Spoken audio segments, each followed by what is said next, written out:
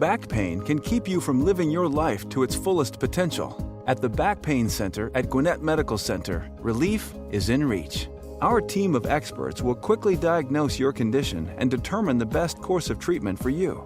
Download your free copy of Understanding Back Pain at gwinnettmedicalcenter.org/backpain. Stop living with pain and get back to the things that matter most. This is Gwinnett Medical Center. This is now. Blog Talk Radio.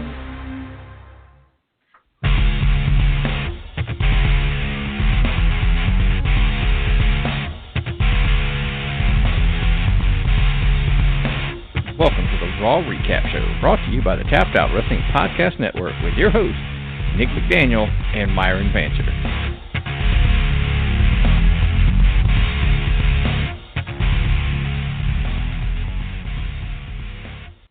Well, Myron, here we are. We are just minutes after the end of the WWE Fastlane pay-per-view. And yes. I think we are joined around the world with a big question of what was that? I mean, it's one thing for when you don't understand a match finish, but when you don't understand a whole pay-per-view finish, it's ridiculous. You know, when the Goldberg went over Strowman, I didn't understand what they were doing. You know, when he got him in a minute and 26 seconds, but when they put the title on Goldberg and got 20 seconds. I really don't know what they're doing. Yeah, I mean, it was, you know, and you were joking. We were on Twitter, obviously, as always. And you're saying, like, okay, well, we're going into this. It's 10:35, and the women are still wrestling. That clearly did not bode well for your buddy, for Kevin Owens, because clearly they weren't going long. I mean, but man.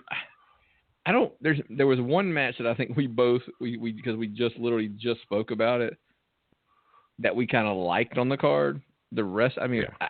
I was baffled. I mean, by the booking of most of the matches, and I mean when I mean most, I mean almost all.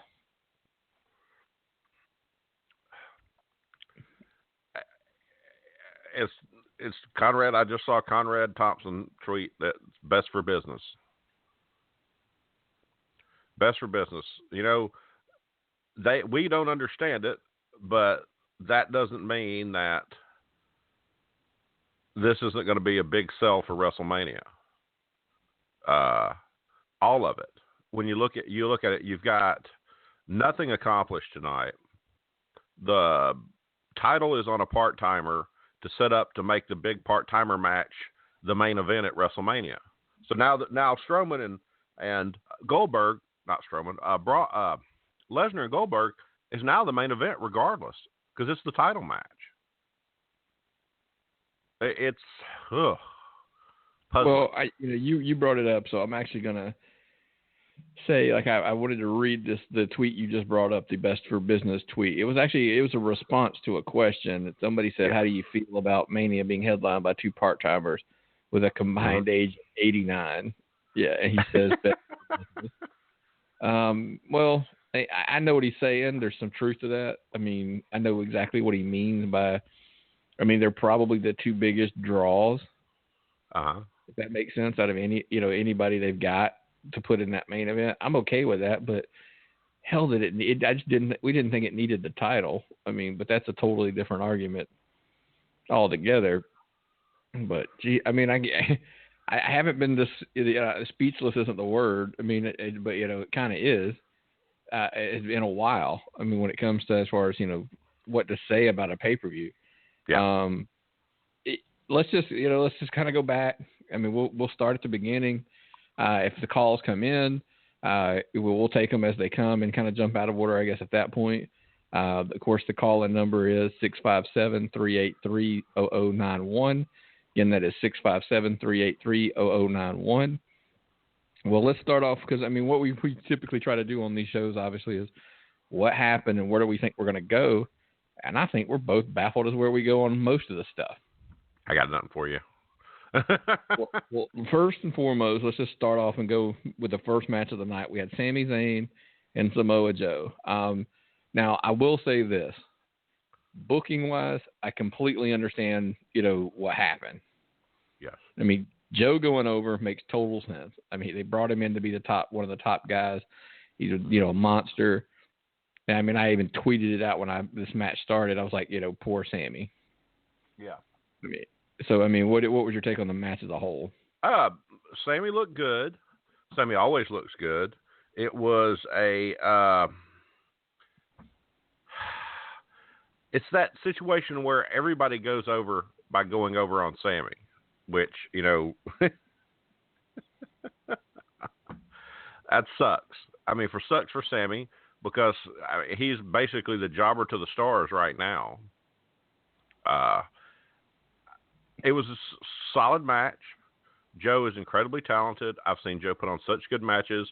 He's done that match with Sami Zayn before, NXT. So I was expecting a solid match, and I was expecting Joe to go over. But Joe has no program going into WrestleMania now. I mean, he pretty much ended the program with Sami Zayn, so I don't know where he's going. Yeah, that's what we were saying. Like, okay, if he beat him clean, I mean, there wasn't really anything to. Why would we drag this out? I mean, so is Joe moving on? Does Joe move on and he gets involved with the Seth Rollins? It has to be. Has to be. I think we had all originally heard. Remember that their match was supposed to happen at this pay-per-view. So does everything get pushed back because of the Joe? Yeah, the whole Joe injuring Seth. Does that push them at the back? And this we can't go a whole year. Let's put it that way. Triple H and the Triple H Seth Rollins thing has to end at Mania. We can't stretch it out, until like SummerSlam again or something like that. You just cannot go that long. Mm-hmm. Well, Triple H is not going to stay on the roster that long. He won't be on the roster until SummerSlam. It's going to be hard to see. I don't want to see this. I am not a big fan of this program, but I know they'll book it right. They'll book Reigns if he comes back right. But here's the thing. We're all depending on Roman Reigns. No, I never can keep those two apart. Why are we just assuming that Rollins will be back for WrestleMania? I don't think he will. Well, I know we're going to find out tomorrow because they did say there's a segment tomorrow on there that it is going to be like the rehab of his knee kind of segment or whatever, the whole rebuild and that kind of thing. Mm-hmm. But the problem is I think you're stuck between a rock and a hard place with Joe. If you put him in there with Seth Rollins on that program, you either have to wait until Mania. Are you going to hotshot it and put it on a Raw like in 2 or 3 weeks? Like do that or something? I mean, that just doesn't make any sense. Yeah. Yeah. I mean, my notes on it were, it was pretty stiff, pretty solid. I figured this. I mean, we've, like you said, seen this match before. It's not a big thing. Poor Sammy, the obvious choice won. But then my question was, where do we go from here? I mean, I guess we're going to find out tomorrow on Raw. They'll clearly have to follow it up with something as to where they're going with him. So. Sammy doesn't get a program. He gets a match or maybe 2 matches to work or something. He doesn't get to have the full thing, which I really think sucks because Sammy's great. He puts them over. I mean, he puts people over, and he does it in a believable way. So. Oh, absolutely. I totally agree with you. And that's, and might have been one of the best matches on the card tonight. Yeah.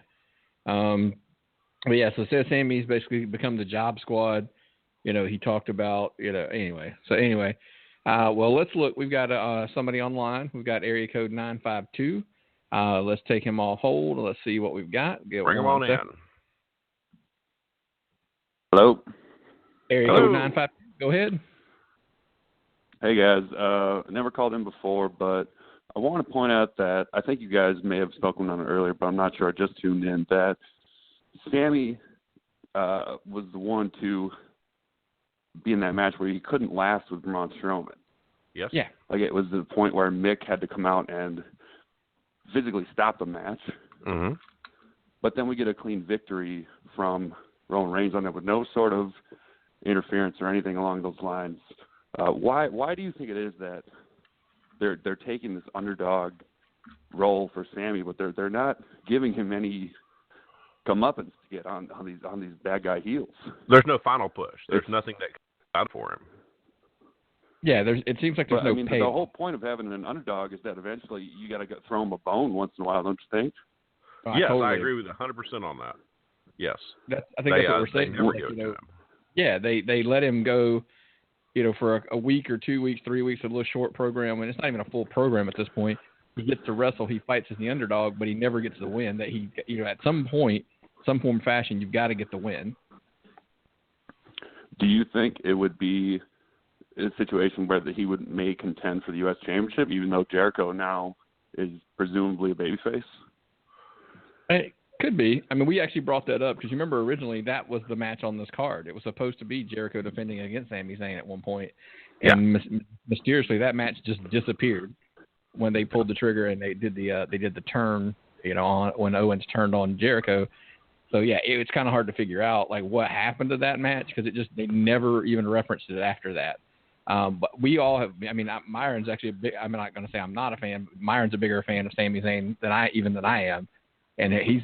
I've said I think he's U.S. title. It's probably his cap for me, the U.S. title. But I think he deserves at least to get a shot, especially doing all the jobs he's done over the stretch. What'd you say? Are you talking? Yeah, I would agree. Yeah, go ahead. Go ahead. The whole idea of, like I said, it's to be this underdog babyface. And he sells probably better than anyone else on the roster in terms of being that babyface selling where he's agonizing. You really believe in anything he's trying to sell to the audience the universe.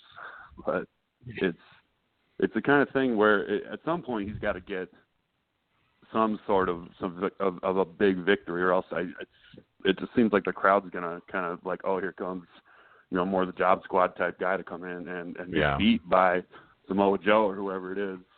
There's only so much internet fan push you can get that'll keep you on the roster losing every time, That sucks. Well, another thing is if they're going to book Cesaro on Raw against Joe and then have him get beat, and right now WWE loves their knee injury gimmicks. Mm-hmm. They've been really about those lately. Yeah. And then it's like Sami Zayn is the one that can take on Samoa Joe over Cesaro. And it's like Cesaro is the guy who threw Big Show out of the ring a few years ago to win. Yeah. It doesn't quite add up. I feel like they're not furthering either of them by doing anything like this. Let me ask you a question because you were just saying that, about that.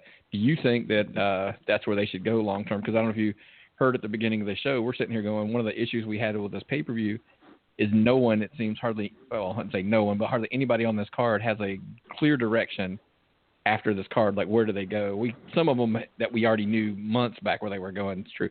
But, like, so you think that maybe that's the program for Joe, is Sami Zayn? I wouldn't say so at this point. I feel like Joe, they're trying to build up Joe, obviously, as this destroyer, so they want to have him, destroy Sami Zayn, which he did. So I don't feel Sami and Joe is going to be a thing going forward. I feel like the fans will say, oh, we've already seen this back at Fastlane, and then Joe demolished him. If they went with that booking again, they would have to, like, they can't have Sami beat Joe cleanly or anything along those lines. And it's like, wait, Joe's the destroyer. What if Joe gets a match against Roman? If Joe got a match against Roman, that might make more sense at this point, but I don't know if that would work to turn Roman babyface, because I feel like, especially after tonight, Roman's going to get more heat because it seems like, I might be wrong, but it seems in the early going it's Roman being Braun Strowman. They spent how many months? Like 7 or 8 months building up Braun Strowman. Like he beat jobbers week after week after week on Raw, and then he said I want more competition. The Big Show. Respectfully, I have tons of respect for the Big Show, by the way, for putting over Braun in that main event. But it's the same thing. It's like Roman will beat Braun on Fastlane after he pinned the Big Show. So I don't know. Yeah, Roman I think they should have saved. Go ahead. Yeah, they should have saved Strowman getting beat down or losing a match for a bigger pay-per-view than the Fastlane. It was they did that 3 different times tonight.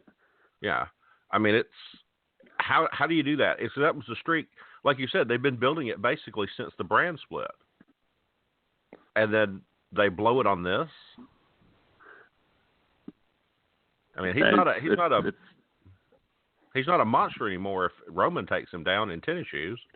Well, the funny part was, I don't know if you're new to the show, but literally on our prediction show, that was actually, I said that's one of my biggest fears is that you basically built Braun Strowman for months just to feed him to Roman the first match they have.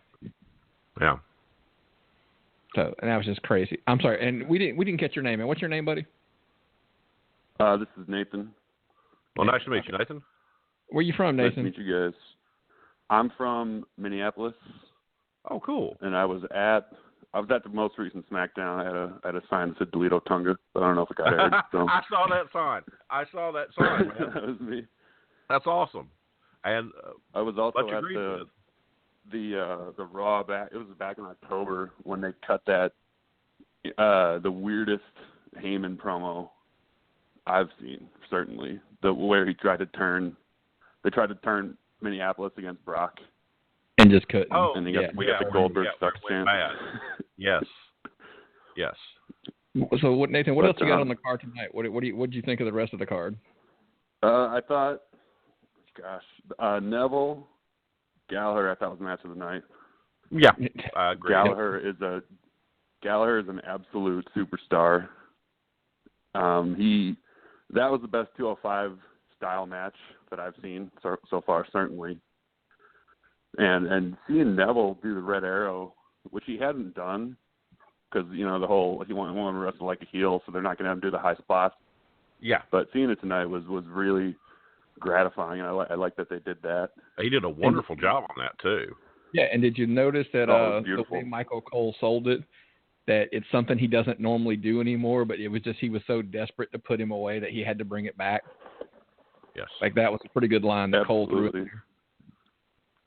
And it's funny you brought that up as well, where I think that Gallagher actually got put over by Neville in that match.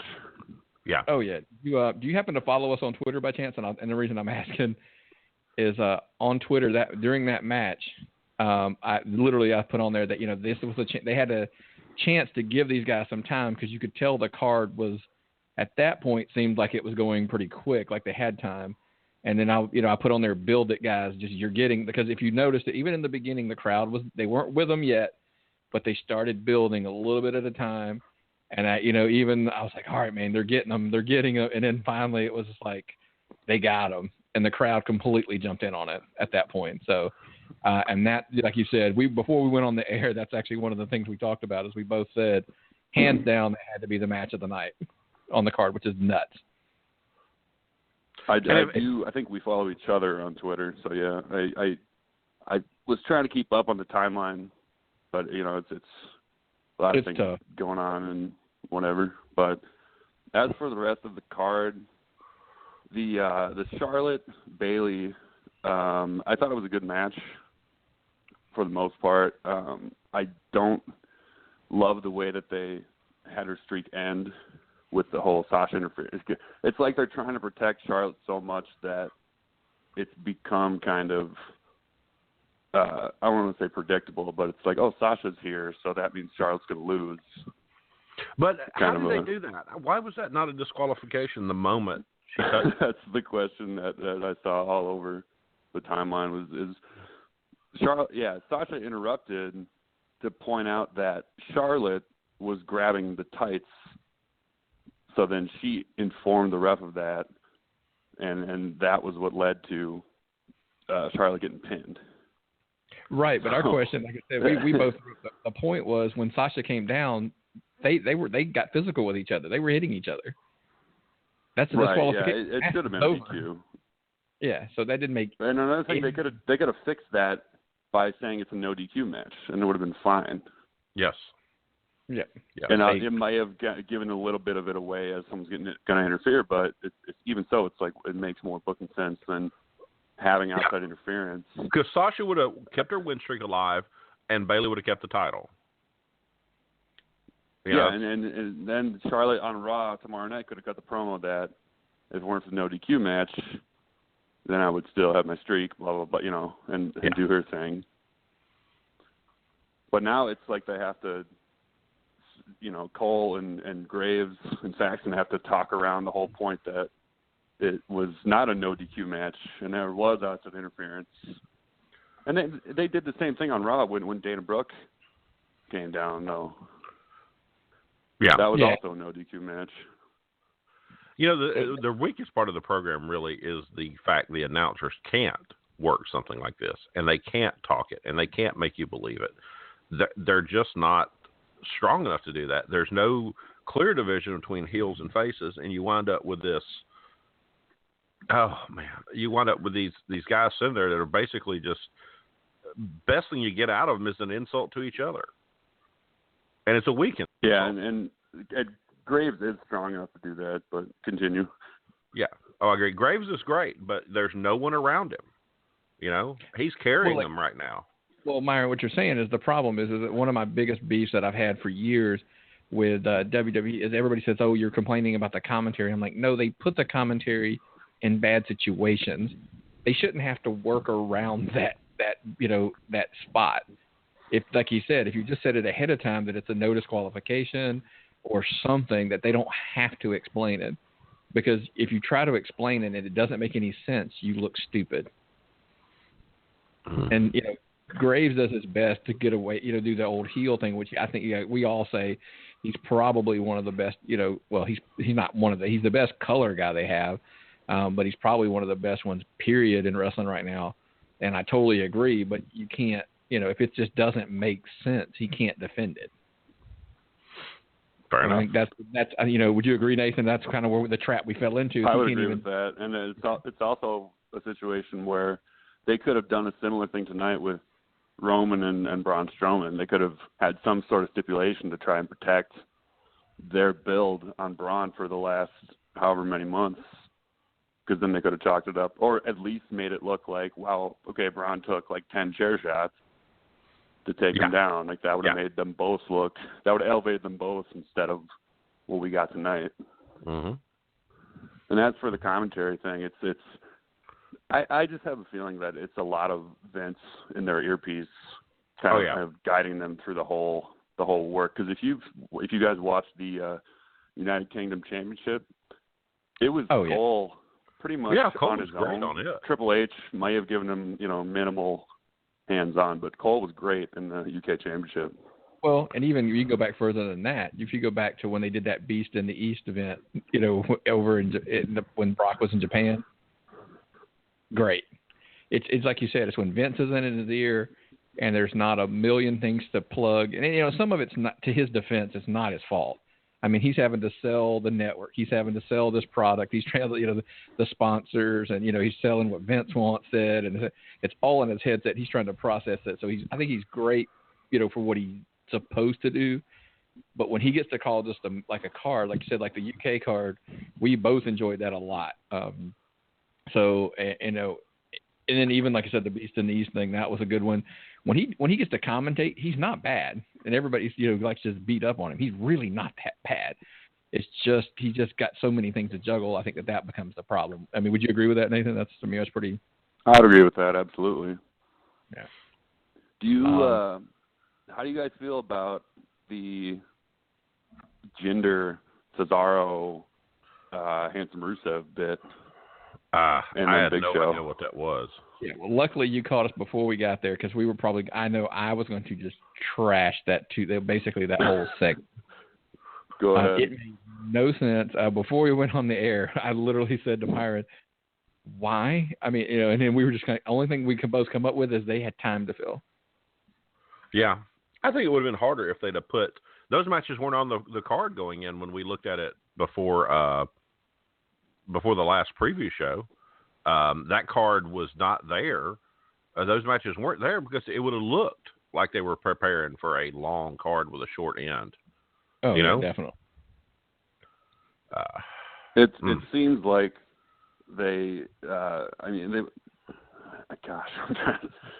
they wanted to showcase Cesaro, who's over, by having him work Jinder, but like that Jinder didn't get elevated by that. Rusev has gained some momentum with the crowd, I feel, over the last few weeks. Like they got the whole handsome Rusev thing over somewhat without really trying about it. They basically did it through social media. And then to have the Big Show come out and pin Rusev I thought was questionable. Well, who's the heels and who's the faces now? I didn't understand that part.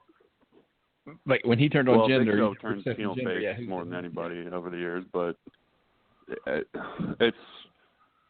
I feel like Rusev's still being booked as a heel. Like on Raw, he's always booked as the kill momentum guy and the show comes to a halt guy, and he can do that. But it's to have those matches in the middle of the card, and then Cesaro. It's like they want to have Cesaro sell as many like work injuries as they can. Like they did that when he faced Samoa Joe, and it's like, oh my God, we're getting Cesaro and Samoa Joe. We've never seen this before. This is good. This is good TV. And then it's like, oh, he has a somewhat injury. Let's use that to try and elevate Samoa Joe. Right. But then it's like, oh, he's selling an injury, and then he beat Jinder Mahal. Okay. Yeah. It's I don't know. It's for me, it's very questionable. Yeah. Well, Nathan, you got anything else before we get out of here? We got some more callers on hold. They just backed up while we were having such a good conversation with you. So they were backing up, but I no go problem. As well. Last thing I got, people, including myself, been very critical over the whole, title change with Kevin Owens and Goldberg tonight. But we still have 4 weeks until Mania, and Jericho did get involved, so if we know something's going to happen with Kevin Owens, they sort of tried to protect Kevin Owens with Jericho coming out, but I mean, it remains to be seen. But I guess we'll have to see what happens. Yeah, so. Now, especially if they're tying him to Triple H in some form or fashion, was kind of what they led you to believe. Absolutely. Maybe something happened. Yeah, there's plenty of time. All right, cool. Okay, I'll let you guys go. Thanks for taking my call. Thanks. All right, Nathan, call back, man. We're here typically following all the pay-per-views and on Raw and on SmackDowns typically. And they're just usually air typically about 30 minutes after. But you'll see them on our Twitter. I know you said you follow us there, so you'll see them there when they're going on live. So call back, man. On. Buddy, Thanks, take care. Thanks, guys. Who we got next, Nick? While we're dropping him down, we have area code 973. Give us 1 second here. It's flipping you over. Area code 973. First of all, what's your name, buddy? Hey, I'm Matt, first-time caller, first-time listener. Hey, guy. How you doing? I'm doing good. Okay, I got a couple things to air my grievances here about that pay-per-view. Yes, I go right think ahead. there were some good matches. The cruiserweight match for the first time, it really did feel like the cruiserweights were, part of the card, not just this little diversionary bathroom break sideshow. With Jack Gallagher versus Neville. Indeed.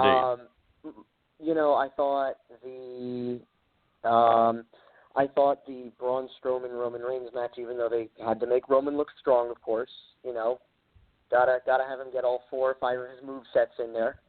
I thought that was a pretty decent match. I just, I can't help but feel like there's been this recent trend of, Raw only pay-per-views have a pretty good mid-card leading into the good main event, and then just, these momentum-killing, questionable decisions. I like Goldberg. I really do. But I get this feeling like if I wanted to see him, and I wanted to see him in his prime, I'd just purchase a WWE Network subscription, and I'd just watch all his old matches, when he was actually still there, when he was running through guys in his prime. Yep. There's no reason to pin the belt on him. Tweeted out after the match was over, actually, I was on Facebook when I said this. If WWE really has this this collective need for these old timers to come back and beat the ever loving, stuffing out of the new guys on the roster. Shoot, King Kong Bundy is down the street from me. I'll give him a ring. I'll get him on the line with Vince. Let's really go with an old timer there. Yeah, man, bring him on out. Love to see him. But exactly. Not wrestle. But and then everybody always has this, this huge need to relive the Attitude Era, which is all well and good. It was some of the best wrestling in the company's history with some of the best storylines. You had the great property destruction angles and stuff. But when you consistently dredge up, Attitude Era stars and WCW stars, ECW stars, when you bring them back around for second, third goes, it kind of starts to wear on me because I really do want to see the talent that you've developed. I want to see the talent that you signed. You got Kevin Steen, a.k.a. Kevin Owens. I'm going to start using their WWE names because it's just a little easier. You got Kevin Owens. You got Sami Zayn. You got, you got Gallows and Anderson, AJ Styles, Bray Wyatt, who overcame an incredible lack of charisma with his Husky Harris gimmick. It's just you have all these incredible stars that you've either signed or developed, and you're consistently squashing and jobbing them and, crushing them underfoot to these guys that really just, they're great, but, the Hall of Famers are Hall of Famers for a reason, and the old-timers are old-timers for a reason. And I just think that's a lesson that, Raw and WWE in general just kind of need to learn. Well, why do you think? I mean, I can't. It's like investing.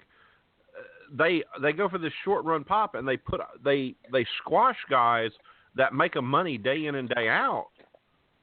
But then they bring these old guys to pop over and to draw a little bit of money, but they're not drawing any serious people. They're drawing the people who would like to see WrestleMania, or the people who recognize the old people's names, not the people who watch every week. Well, and you saw that in. Oh, sorry. That's okay. You guys are going to put me in. You saw that. Precarious. I'm sorry, real quick. Let me throw this in here and I hate to interrupt, but it puts me in a precarious position where sometimes I don't like to defend WWE. I get why you bring back a Goldberg or you bring back a Rock or so. I mean, the casual fan we got to remember back to the day when 8 million people were watching wrestling on a Monday night. Now there's 3. So there's 5 million people that quit watching wrestling for whatever reason. When you put a Goldberg, you put a Rock, or if you can, now Austin's not wrestling, but if you had, if his name's attached to it, it's gonna drag back a chunk of this audience that went away for a while. The problem that I have with it is when The Rock comes back, or when Goldberg comes back, he shouldn't lose to a guy like Brock Lesnar or an Undertaker or something to that effect. He needs to put over the next big guy. And I know Kevin Owens is what everybody would love to have seen. I don't think Kevin Owens should have ever been in that match because I think it was a no-win situation for him. If you're going to make, and for whatever, good, bad, or indifferent, if your goal is to get Roman Reigns over, then Roman Reigns needs to be the one that pins Goldberg. Agreed. Or something like that. So there's a payoff because the argument is there's nobody with the company right now that is as over as Goldberg, and the stuff were at their peak. So I'm like, you've got to put those guys over with that because you've got to beat somebody. And I hate when I always say when I throw out the language, right? But you got to somebody that's worth a crap. You got to, you've got to beat somebody worth a crap to become bigger. You can't just keep beating guys on equal levels and go anywhere. And I think that's the challenge they face. So bringing in those guys, I get it. So when people say they don't get it, but you got to do something with it to make it help you long term versus just a short term. Okay, now I'm sorry. Matt, go ahead. Their ego won't let you go up to the current roster. I think my whole thing is, though, you said with like Roman Reigns, for example, they were building him up, they were giving him a push, and then what happened was at Royal Rumble, not this year, but last year, number 3, right? 5, 4, 3, 2, 1, and the countdown buzzer hits, and then in comes AJ Styles, and whatever momentum they've been building up, for Reigns as an anti-authority figure, suddenly just vaporized in a puff of smoke because here comes, AJ Styles, the phenomenal one. even if you're not bringing back, the old-time talent, even if you're bringing in new guys, the booking decisions are sometimes kind of questionable to me in that, for example, if you really want to get Reigns over that badly, you got to turn him heel. And, me and my friends, we've been saying this for months now, going on a year. Roman Reigns would work so well as a heel. He's got the heat on him. He comes in the ring and he does his, for, and, the crowd's booing him the whole time. I don't know if you saw on the pay-per-view tonight. Right before Strowman smashed him through the announce table, there was that one guy in a Boston Red Sox jersey giving him the finger. They couldn't cut quite away fast enough from that on the camera. That's what I'm talking about. It's that complete wanton disregard for storylines, I think, is what really I get to at the heart of the problem, with bringing back the old-timers. It's that, this feud or whatever that you have can suddenly be tossed aside for, another shiny thing. Or, something comes in, it's like, hey, this is our new plaything. And then you elevate them over, the guys on the roster that have been working week in, week out. And it's not just a Raw problem, too. On SmackDown also, listen, I get it. John Cena's probably going to beat Ric Flair's record at some point in the next, 3 to 4 months. But with that being said, for him to just go do, movies, do SNL, host the Kids' Choice Awards are coming up, and he's hosting that, which is going to be another breakaway after, after Mania. A guy like that comes in, and suddenly he gets his 16th reign, pinning AJ Styles after, escaping the Styles clash.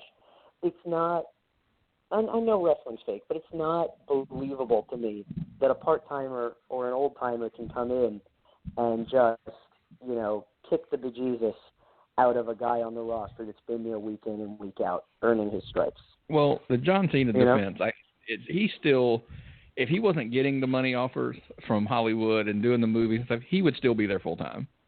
I mean, and so I kind of defend him to some degree.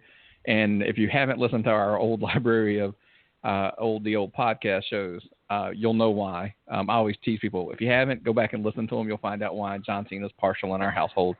But that being said, he's done a lot over the last year as far as he's done the jobs and things like that. So that part, we kind of let it, I let that go. That's a SmackDown topic that we can just dive into one day and just dig it to that onion, just layer after layer after layer. But like I said, the biggest thing I think with the part-timers is if you're going to bring them back, like I go back to my original point. Kevin Owens should have never been in this match tonight. We joke about it. How did he get in this match? Chris Jericho accepted this match on his behalf. Mm-hmm. There was no rhyme or reason why Goldberg was even given a shot for a title match. Except for his name and his legacy. Right, exactly. And then the biggest thing of it all is those two, going into Mania, those two don't need that title involved. Goldberg and Lesnar would have sold that match regardless. Mm-hmm. Yeah, and then suddenly, Jericho is over the Universal title instead of, the U.S. title? Right. It could have been title versus title because the rumors are that, Jericho's going away after Mania. So why not let Kevin Owens beat him and take both belts? And then that establishes his credibility. Absolutely. It establishes credibility, and then when Jericho goes away, if he ever comes back, there's a beef to come back to. Oh, by the way, he's going to come back to a more elevated Kevin Owens because he's already put him over, and he took his title. Now, obviously, he'll vacate the U.S. title. He won't keep it. And then guess what? Then you've got a storyline for some of your mid-card guys to chase the vacant title. Bingo. Yeah, something to think about, right? I mean, but again, exactly. Sometimes common sense gets in the way of good booking. So in WWE, so yeah. Well, Vince obviously still runs everything behind the scenes, and he loves his beefy boys. Every time you got to reinforce the ring, Vince is like, oh yeah, it's the GIF of him leaning backwards in the chair that you'll see bouncing around social media. So in the end, I think really most of the blame for this Goldberg stuff rests on Vince's shoulders. Before I go, I do have one final point to make, and I tweeted this out during the pay-per-view tonight. I love how WWE just expects us to forget that they changed nationality from like Russian to Bulgarian midway through 2015, just midstream, and they were like, "We're gonna drop the Russian thing," you know, and like suddenly he's Bulgarian. Well, for the longest time, I made the jokes about her accent. If you sit there in some mid-promos, her accent goes away and it comes back, or it just completely goes away, and you're like, I think she forgot she's supposed to be Russian today. Yeah. Exactly. So, it's that nebulous Eastern European Russian accent. Could be from Russia, could be from somewhere else in Europe.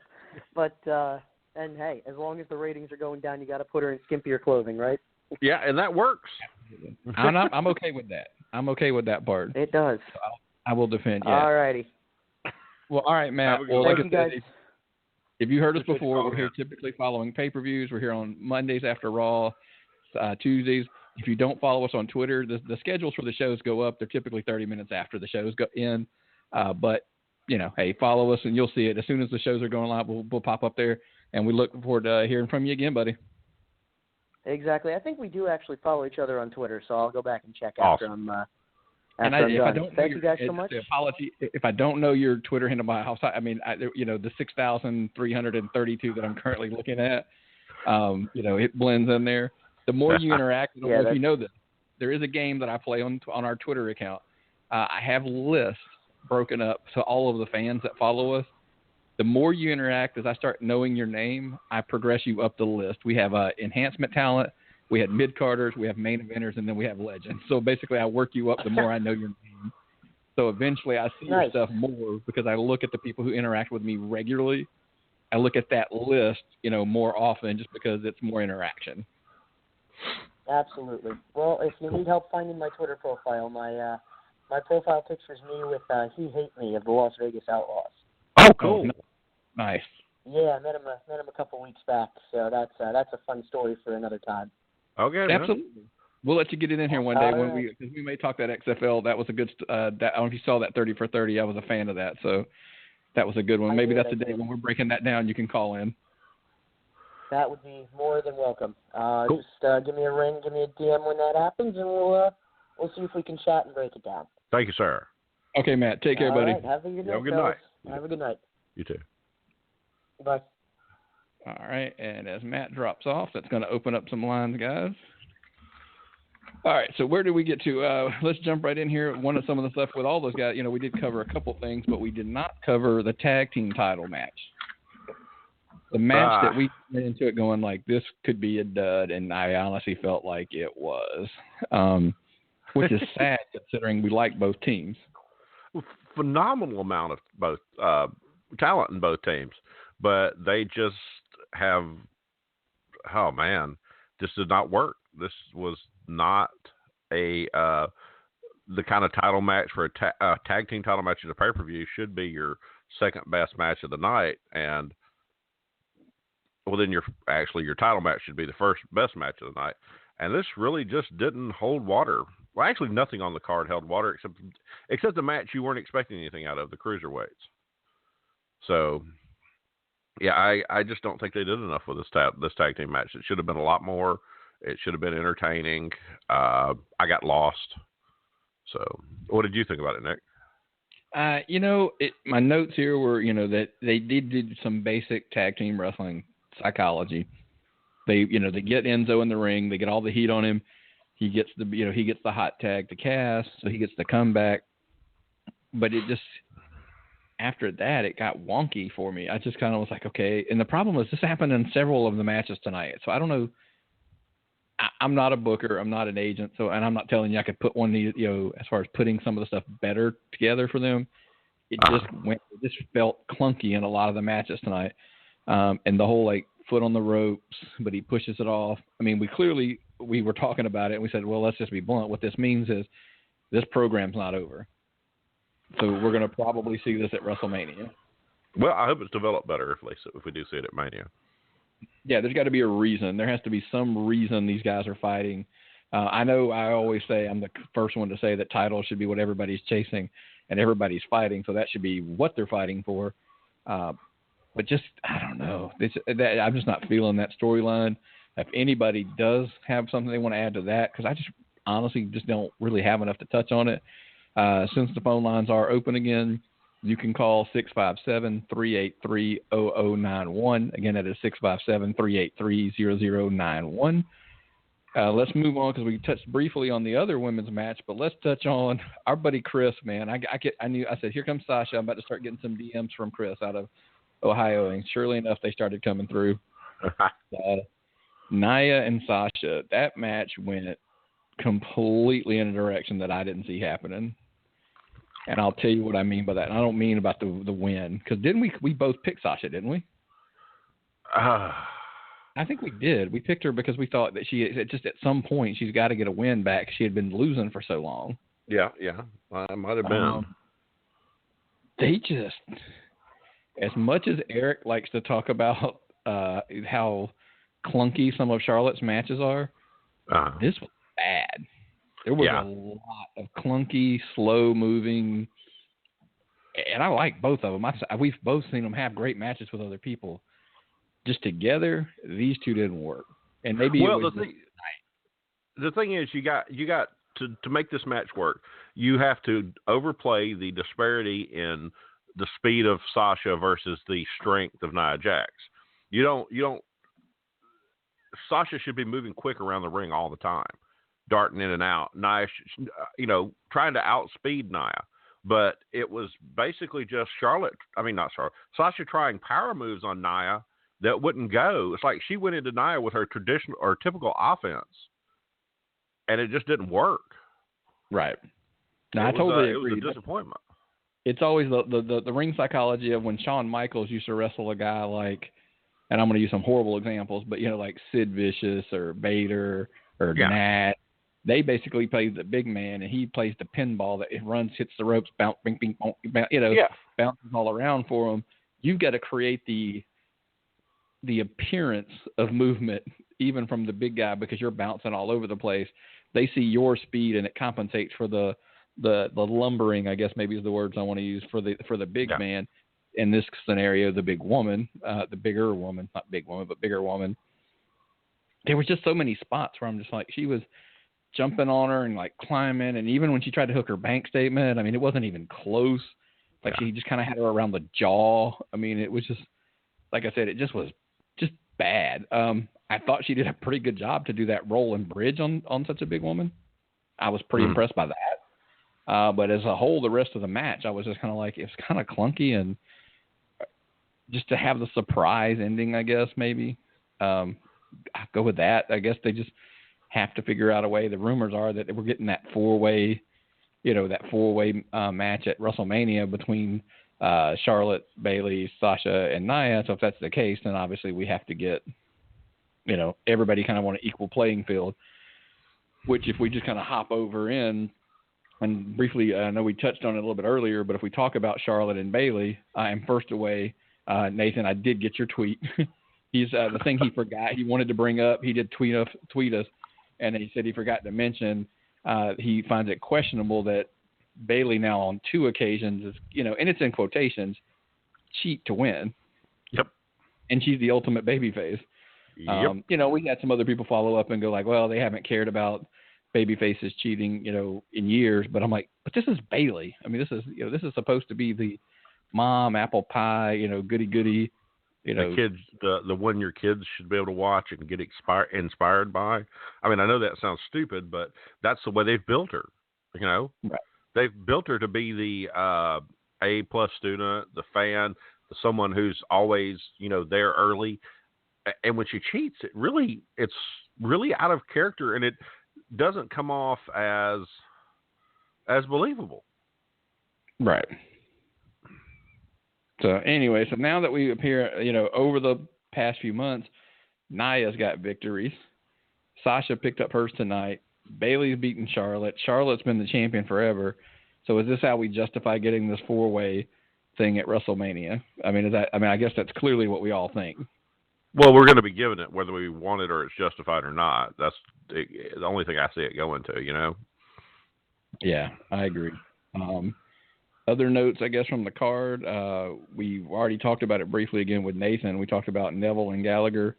I should go over my notes real quick, because I thought it was really good. Gallagher, Mr. Cole. He's Gallagher. I can't. It's going to be Gallagher. He's not. Cole, at least I don't Cole have called him him Gallagher and Gallagher. Yeah, in the same I don't have sentence. him busting watermelons or anything with a hammer, so Yeah. still putting the jack in front of it. I thought it was the best match of the night. All the tweets I was talking about how I think they actually won the crowd over. The headbutts. The headbutts were stiff, man. I'm like, I don't know how much longer they're going to let him get away with those. Well, I wouldn't want to be married to him. Because you saw what happened to Benoit's wife. Well, what I'm saying is just the whole trauma thing with Daniel Bryan and the diving headbutts, and that's why he can't wrestle. Just headbutts in general, I thought they were going to get away from there for a while. Vicious, and I don't know what he's hitting, but he is hitting something loud enough that they sound huge. Mm-hmm. And I mean, it's and he's a total seller too. I mean, the man sells everything. I'm getting to the point I enjoy watching his matches. So I do enjoy his matches. I mean, hands down. I mean, he's solid. I think those two characters, we have said it before, are the two most over characters on that 205 Live program, and I think they're finally getting there. If they can put more time in on them, and then absolutely. So, are they anyway. Are they enough to make you watch 205 yet? Yeah, maybe. I mean, maybe if they're going to be still not sold on the whole show. But those I don't know. They've got me.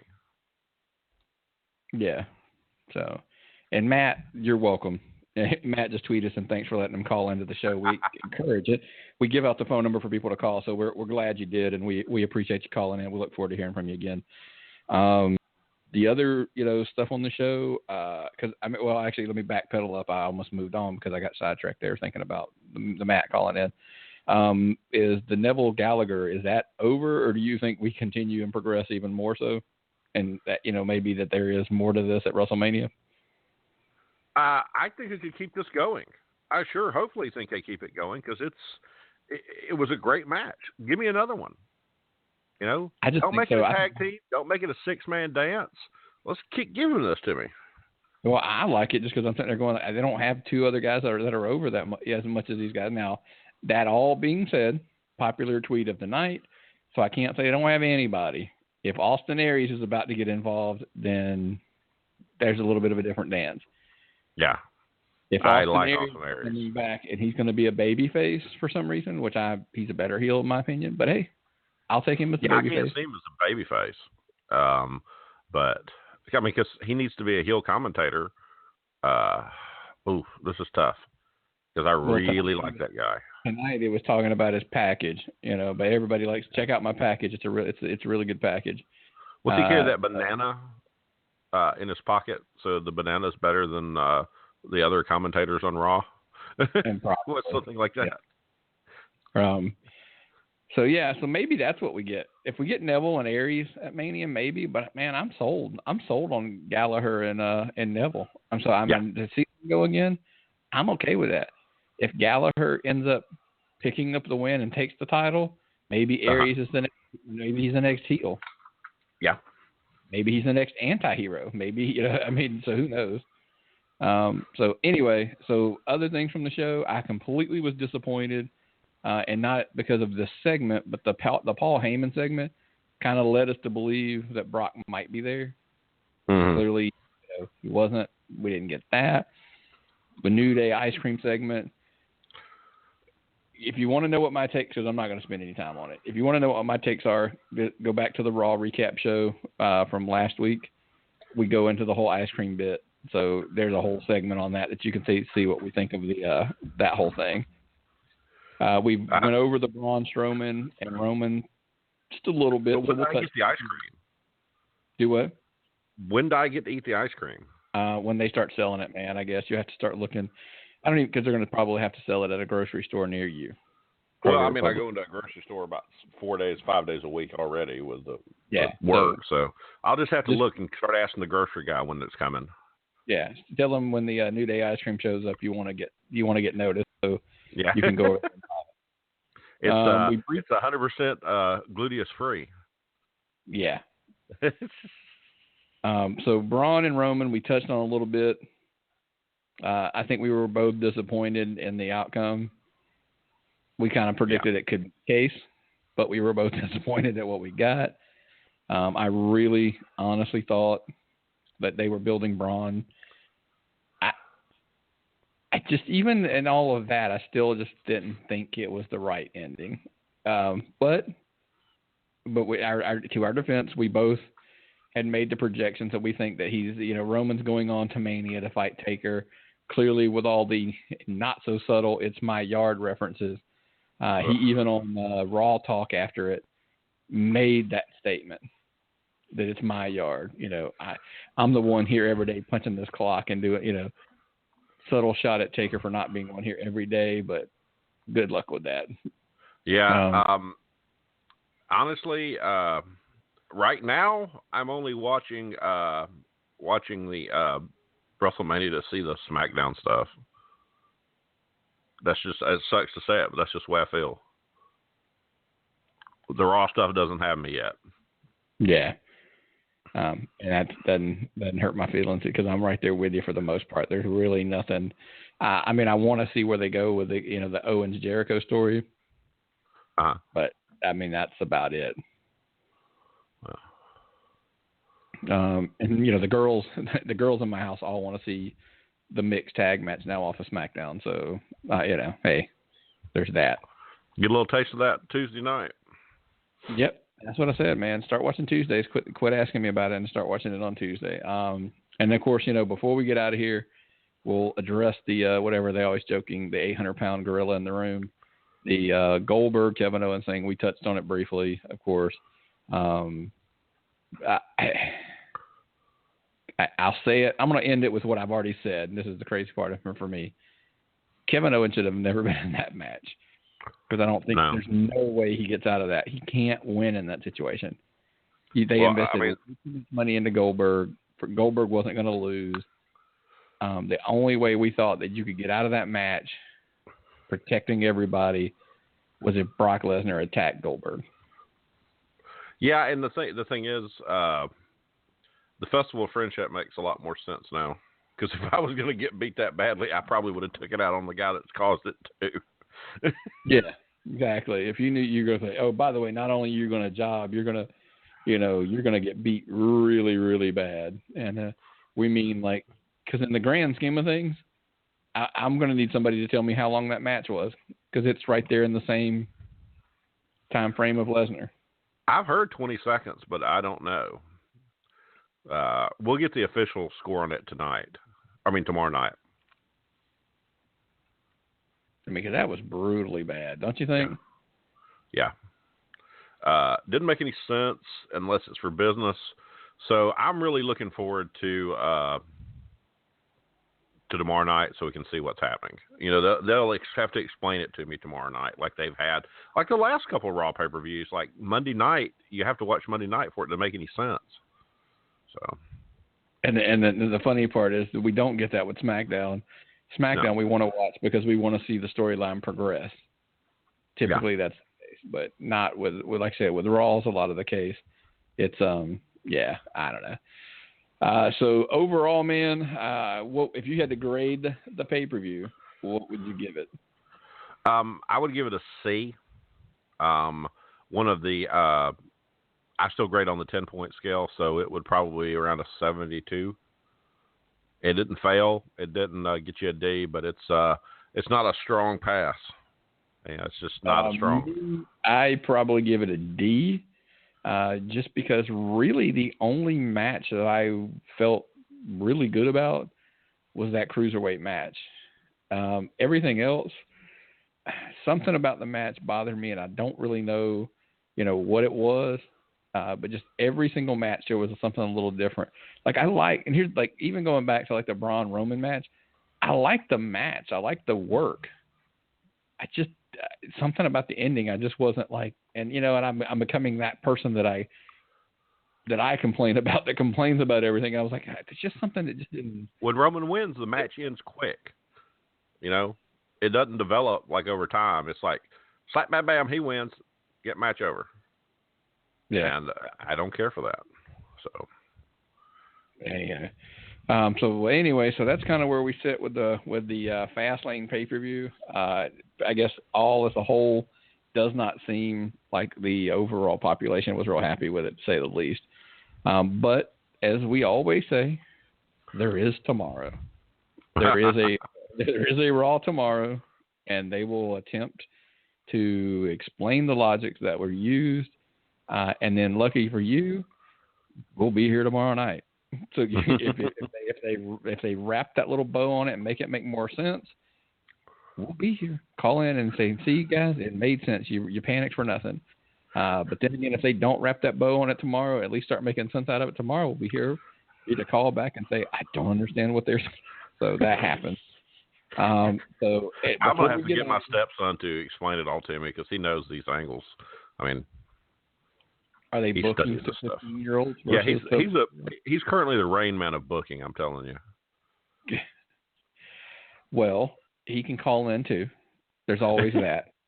Tell him, hey, call in 657-383-0091. Again, that is area code 657-383-0091.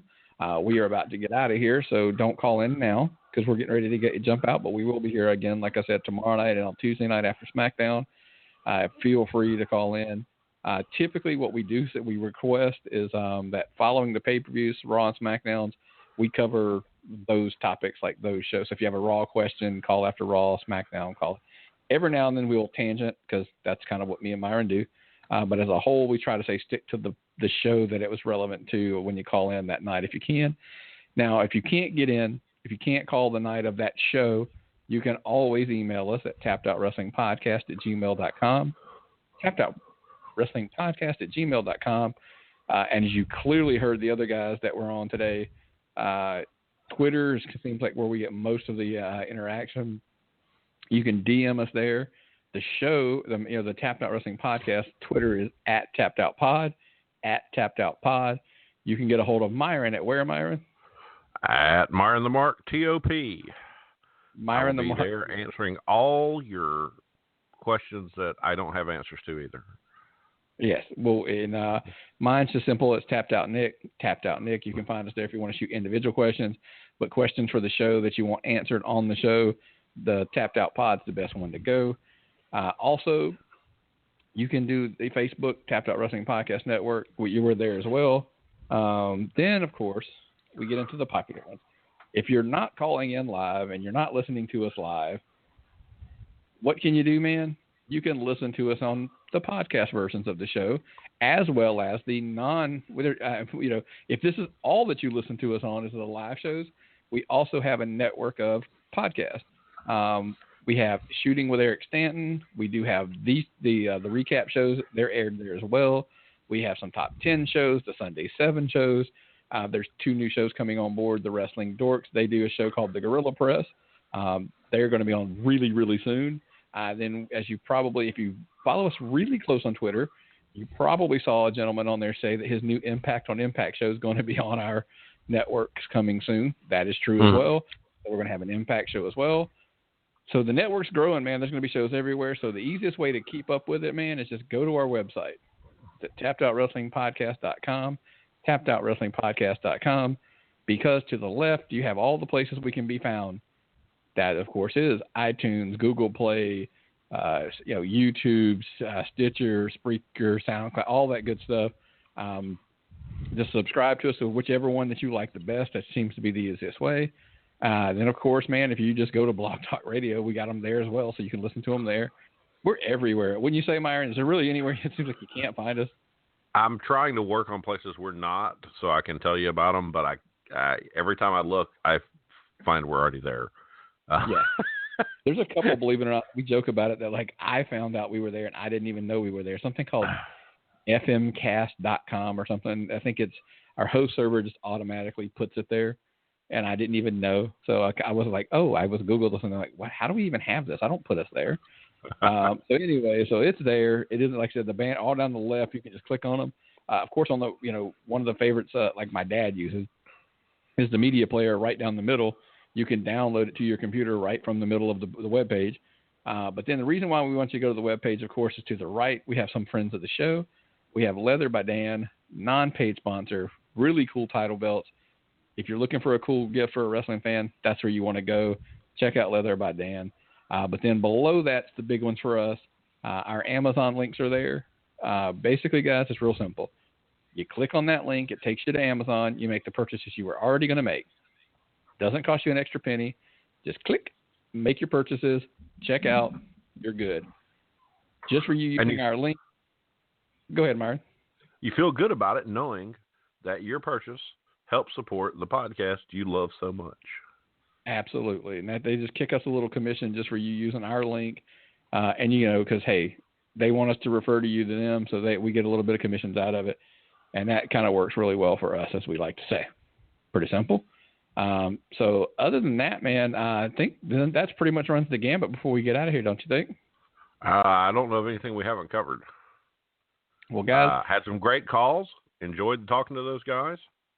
Yep, Nathan, Matt, glad you called in. Look forward to hearing from you again. So absolutely. Really, really cool. We might have some guests over the next couple of days on some of the shows calling in. I'm working that out with some of the other shows to see if they want to call in and sit in on the shows. Because I'm not going to get into it, obviously, but there's crazy stuff going on in our world right now. So it's got us all busy. But again, 657-383-0091. The links will be up on Twitter. They're up on Facebook, when we're going to be on the air, when you can call in and how you listen, all that good stuff. So just make sure you follow us on one of those two, and you'll never have to worry about missing the show. And then, of course, if you subscribe to the show, if you do miss it, you can download it and listen to the podcast version as well. Anything else before we get out of here, man?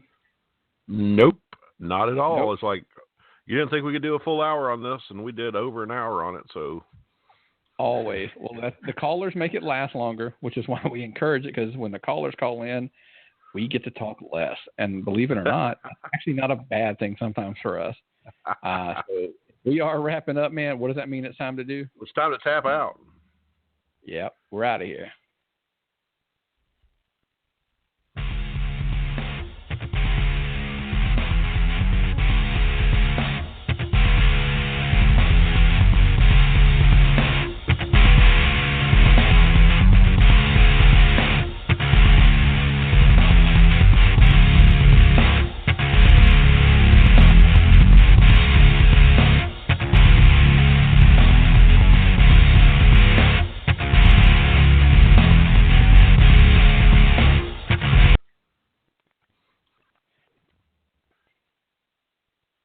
Back pain can keep you from living your life to its fullest potential. At the Back Pain Center at Gwinnett Medical Center, relief is in reach. Our team of experts will quickly diagnose your condition and determine the best course of treatment for you. Download your free copy of Understanding Back Pain at GwinnettMedicalCenter.org/backpain. Stop living with pain and get back to the things that matter most. This is Gwinnett Medical Center. This is now.